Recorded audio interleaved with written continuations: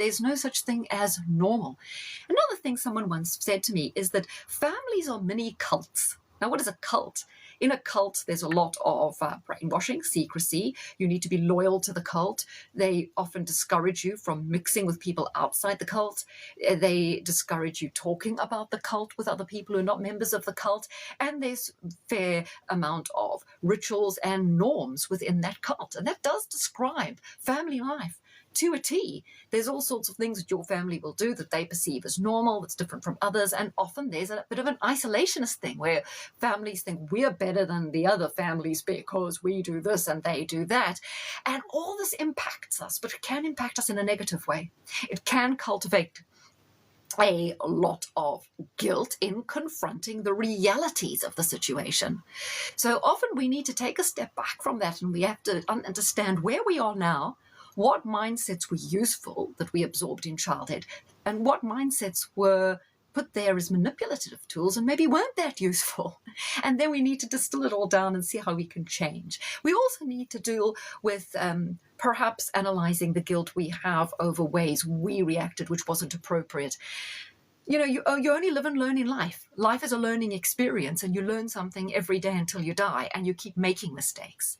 A lot of people think they're eventually going to reach the stage. Some people think it's going to be at age 24. Some people it's 30, at 40, at 50, where suddenly it all clicks, and now we got it all sorted. But there's always going to be a challenge to that, because life is meant to be a spiritual battle. If it was easy, well, there'd be no contest, nothing much to do. We'd all be living the perfect life. None of us are.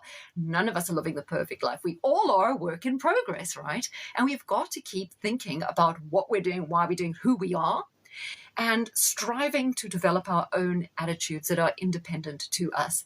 I'm not saying you have to throw in the bin everything that you carried forward from childhood. Not everything is bad, but it's understanding what was good, bad, and unhelpful, and what was really good that grounded and rooted you, and then thinking about where that places you now. Because, gosh, so much in astrology comes up.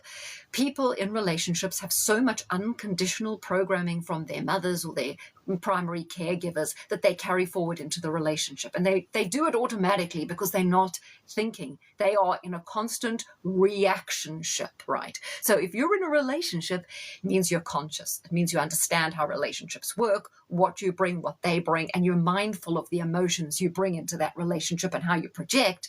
But if you're in a reactionship, it means your whole life is a reaction to anger, pain, angst, lack of fulfillment, lack of nourishment in your young life. And that's negatively affecting your relationship. So that's kind of something that astrology teaches.